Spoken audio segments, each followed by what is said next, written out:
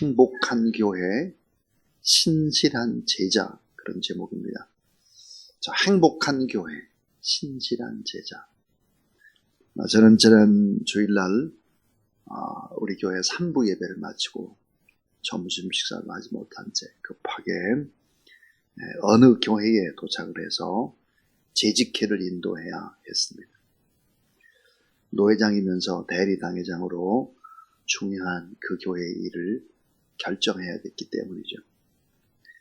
재직회를 주재하는데 재직의 의견들이 두 파로 나뉜 것입니다. 팽팽.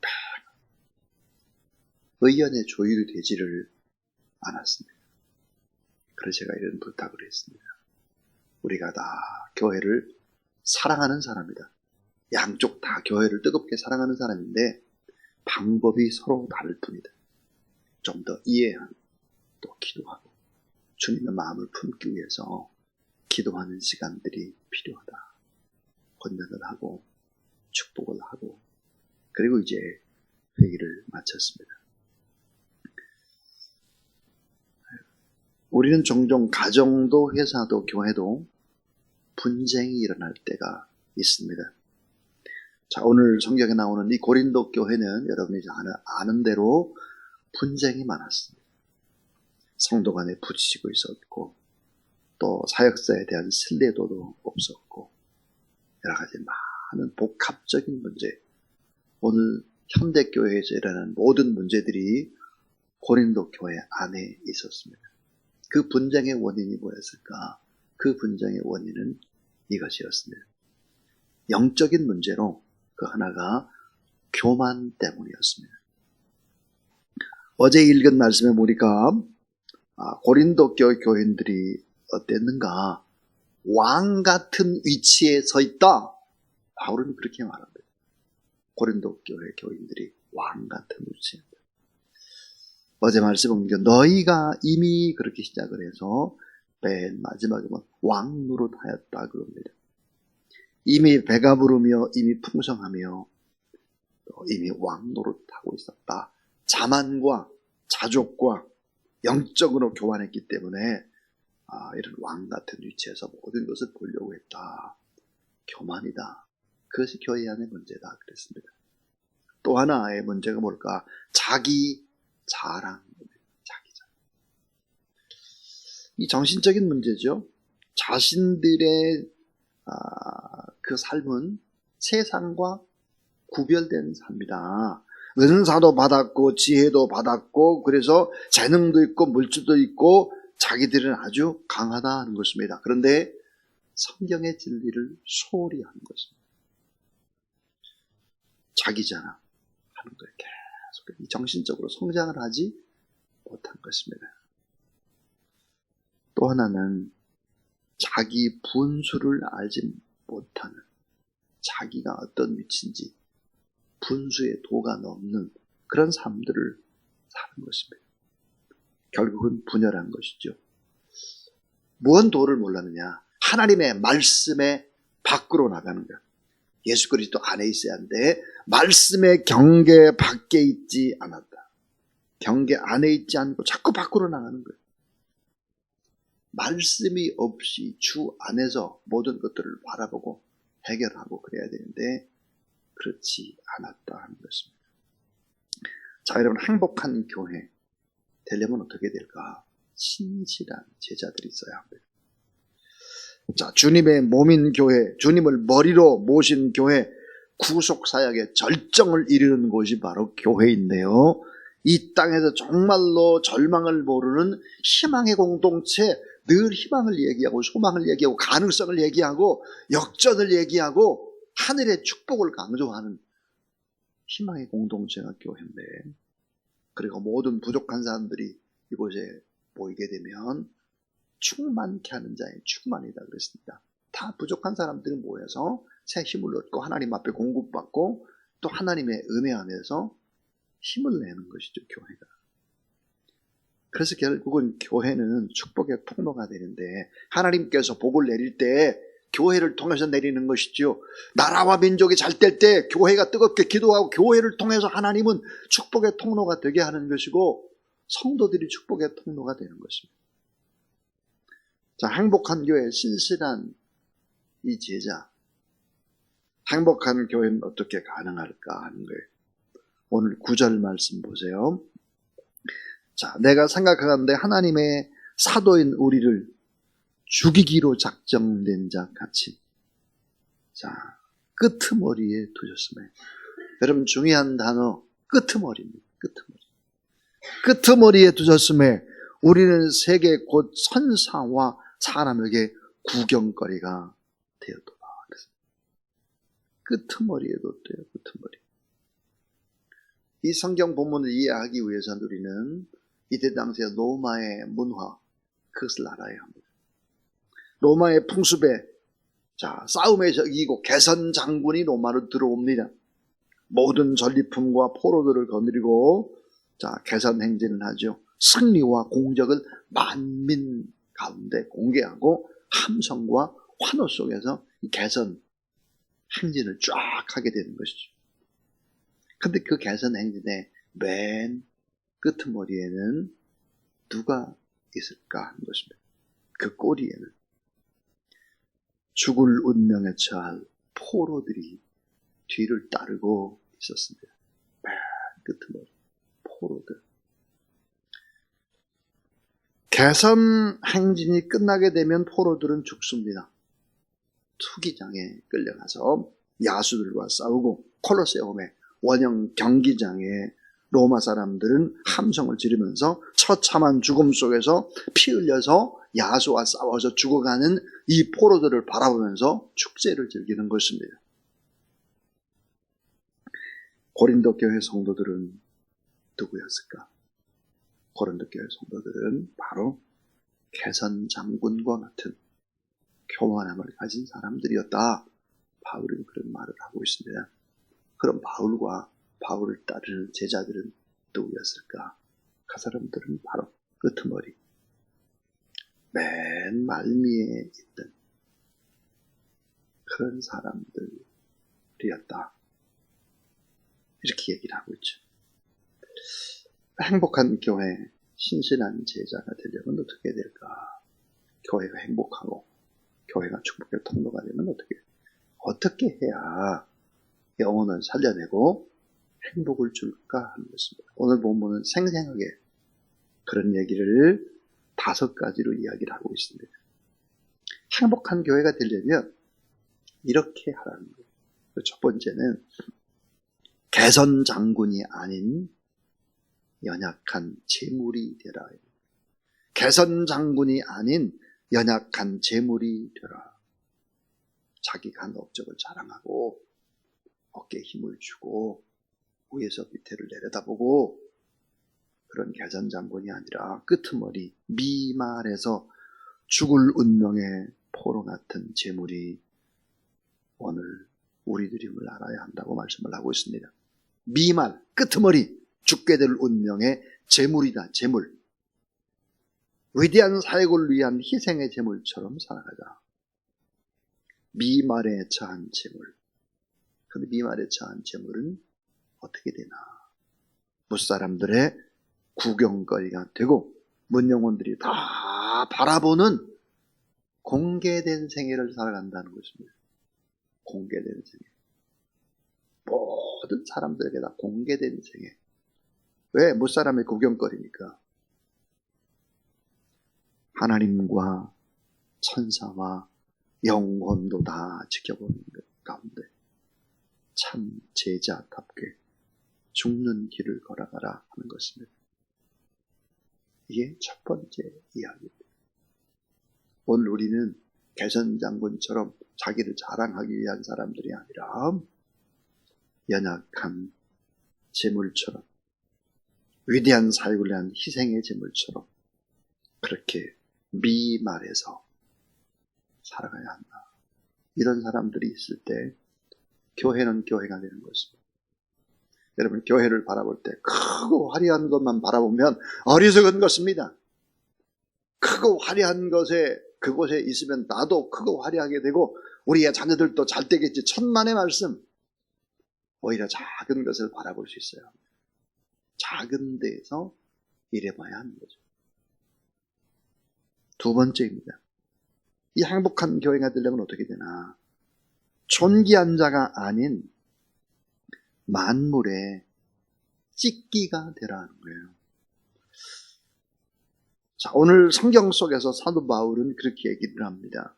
아주 역설적인 파라독스한 풍자적인 용어를 쓰지만 구체적으로 실제적인 내용입니다. 자, 존귀한 자가 아니라 만물의 찍기같이 돼야 한다. 13절을 한번 보세요. 13절에 보니까 비방을 받은 즉 권면하니 우리가 지금까지 세상의 더러운 것과 만물의 찌꺼기같이 되었도다. 세상의 더러운 것처럼 만물의 찌꺼기처럼 그런 취급을 받았다는 것이죠.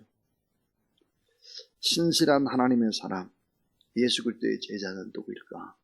고난받는 자라고 하는 것입니다. 오늘 성경에 보니까 고난받는 그 가지수가 나오는데 그 가지수가 몇 가지가 되나? 18가지입니다.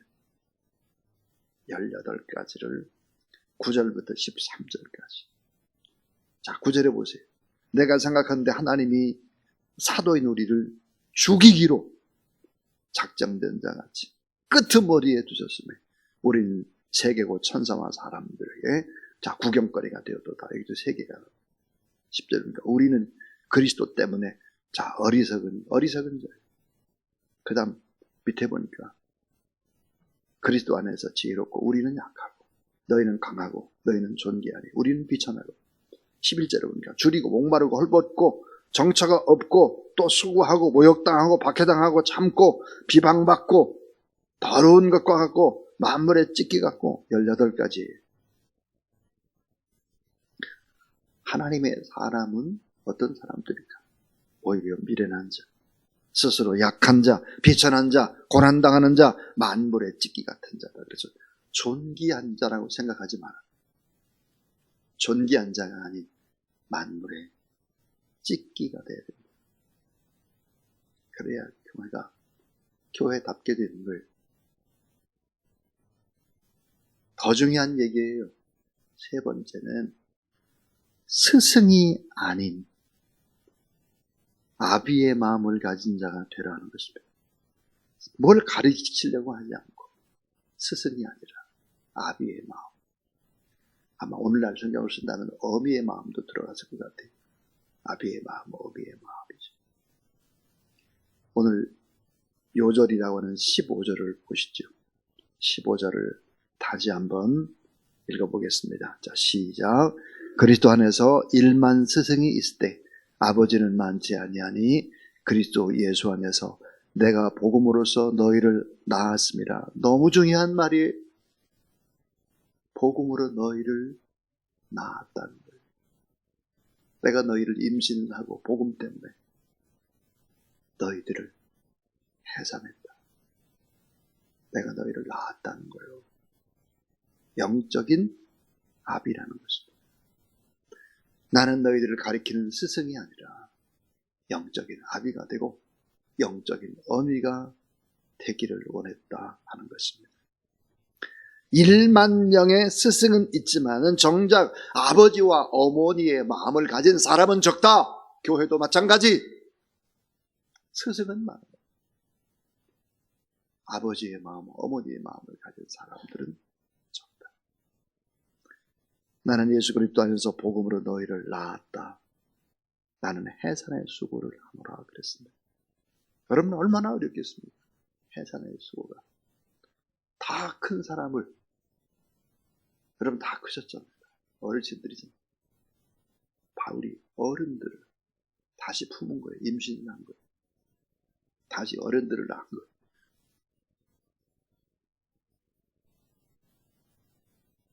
많은 고생이 있었겠죠. 여러분 스승과 아비의 차이가 뭘까요? 스승과 아비와 어미의 차이는 숱한 날 동안 삶으로 가르치는 것입니다. 아버지, 어머니는 자녀의 삶, 자신의 삶을 통해서 자녀가 그 삶을 따라오도록 하는 거죠.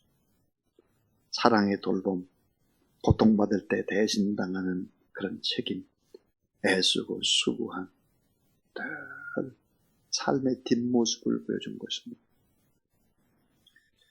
여러분, 삶의 뒷모습, 열심히 살아갔던 어머니 아버지의 뒷모습이 어떻습니까? 어쩐지 쓸쓸합니다. 허리는 구부정하고 걸어가시던 어머니 아버지의 뒷모습을 보며 언제나 죄송하고 언제나 쓸쓸하죠. 이게 뭐예요? 어미고 아비입니다. 교회 안에 어미가 있어야 되고 아비가 있어야 되는 것입니다.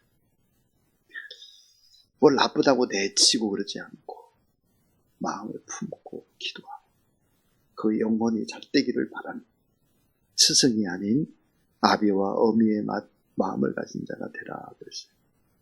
요즘 진정한 스승이 누구일까요? 진정한 스승이 뭘까요? 어떤 사람이 그렇게 말하더라고요. 진정한 스승은 데이터 그러더라고요. 진정한 스승은 데이터예요. 네이버에 다 찾아보면 나와요. 진정한 스승. 그러니까 진정한 스승 두기를 원치 않아요. 스승의 날이 다가옵니다. 스승. 정말 내게는 스승이 있나? 스스로 우리 자신을 돌아봐야 합니다. 저는 참 깜짝 놀랐어요.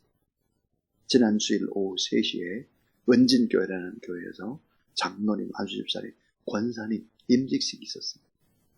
제가 설교를 하는데 앞에 있는 어떤 한복을 입은 권사로 임직받을 분인데 제 얼굴을 많이 바라보는 거예요. 아니, 그렇게 왜 앞에서 내 얼굴만 이렇게 바라보나 그랬어. 나중에 이렇게 이제 안수를 하게 되잖아요. 장로님 2분 안수하고 또 안수집사님도 4분 안수하고 권사님도 이제 11분이더라고요. 안수를 하는데 이분이 자꾸 제가 서 있는 데 와서 안수를 받으려고 하는 거예요. 야, 이거 왜 이러나. 안수를 했죠. 이제 뭐 교회 임원들이 가서 이제 한 10분 이상 이제 안수를 하는데 눈물을 흘리시는 거예요. 그러면서 안수를 받고 저하고 이제 악수를 하잖아요. 이렇게 악수. 근데 저하고 이렇게 말했어요. 목사님, 저 예전에 그 야간 학교 다녔어요. 제가 제일지rop중고등학교에 선생으로 있었잖아요. 그 학교 다닌 학생이 권사님이 된 거예요. 깜짝 놀랐어요. 그럴 줄은 몰랐죠. 그럴 줄.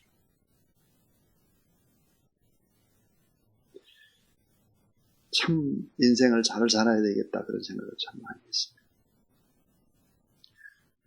스승이 아닌 아비가 되고 어미가 되고 진정한 스승, 그 스승이 필요 없다고 외치는 시대에 우리는 살아갑니다. 교회는 좀 달라야죠. 그래서 스승이 아닌 아비와 어미의 마음을 가진 자가 되라 하는 것입니다. 4번째입니다. 4번째는 자기 홍보가 아닌 본을 보이는 자가 되라. 자기 홍보, 자기 자랑. 요즘 보면 전부 다 자기 자랑을 합니다.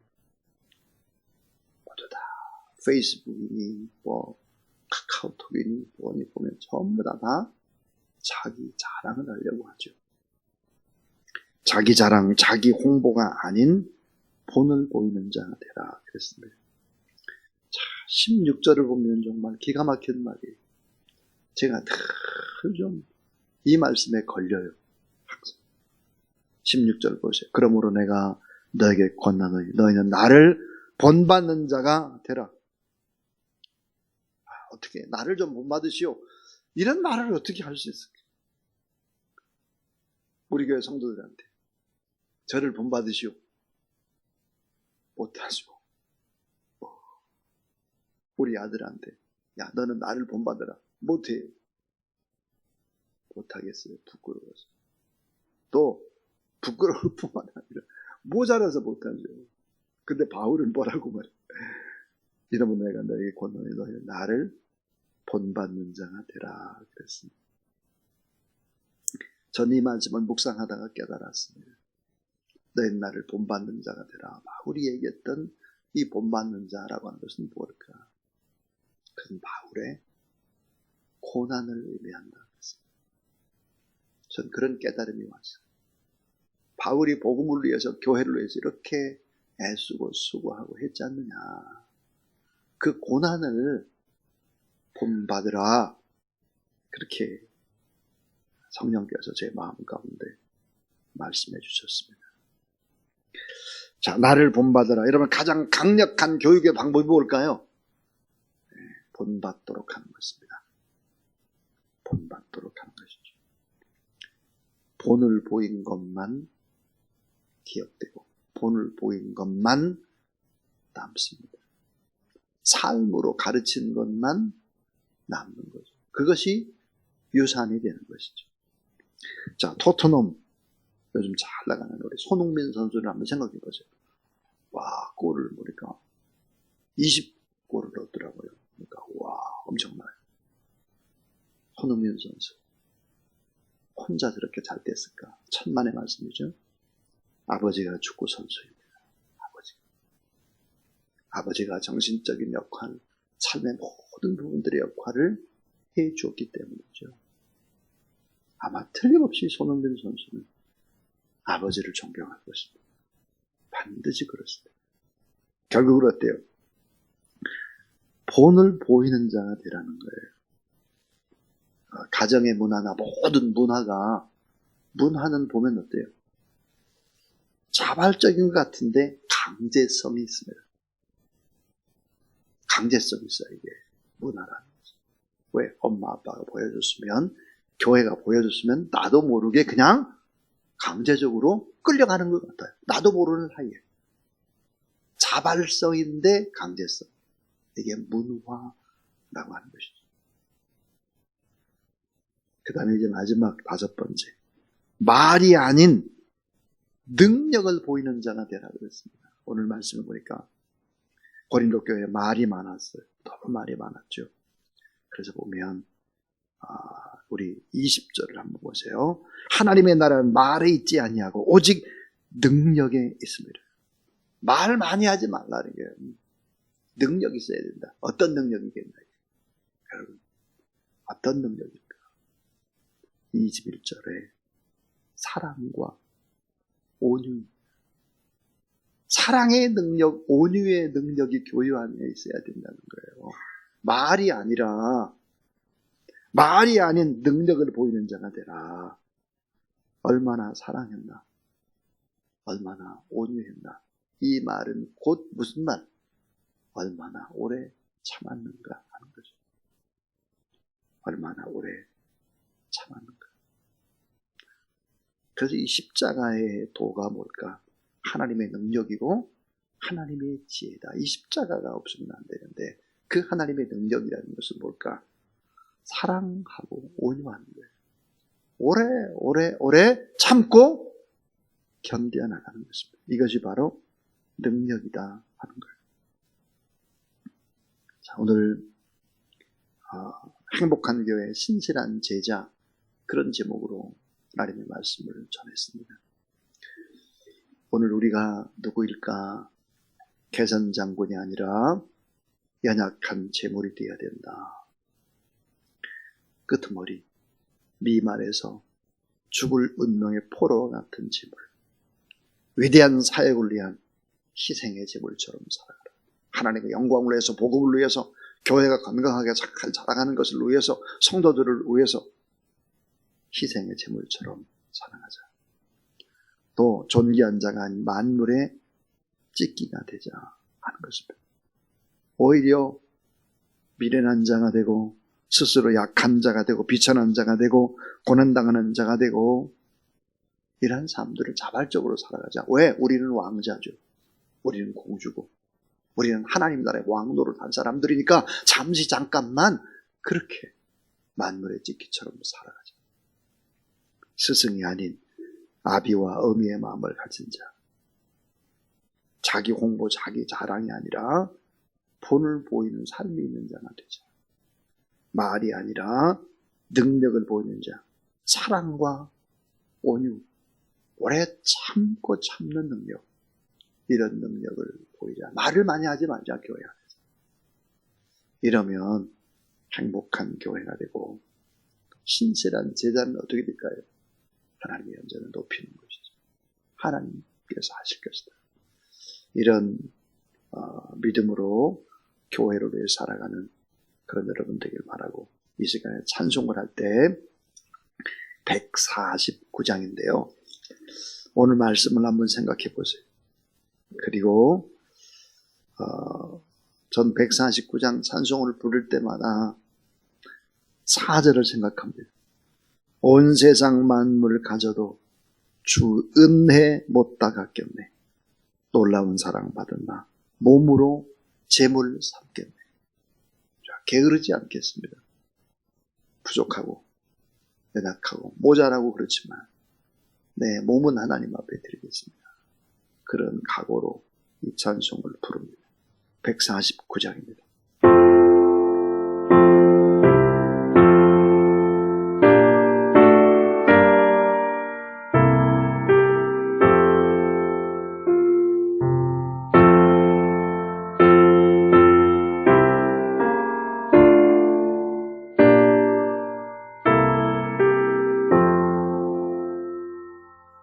주 날려 죽으신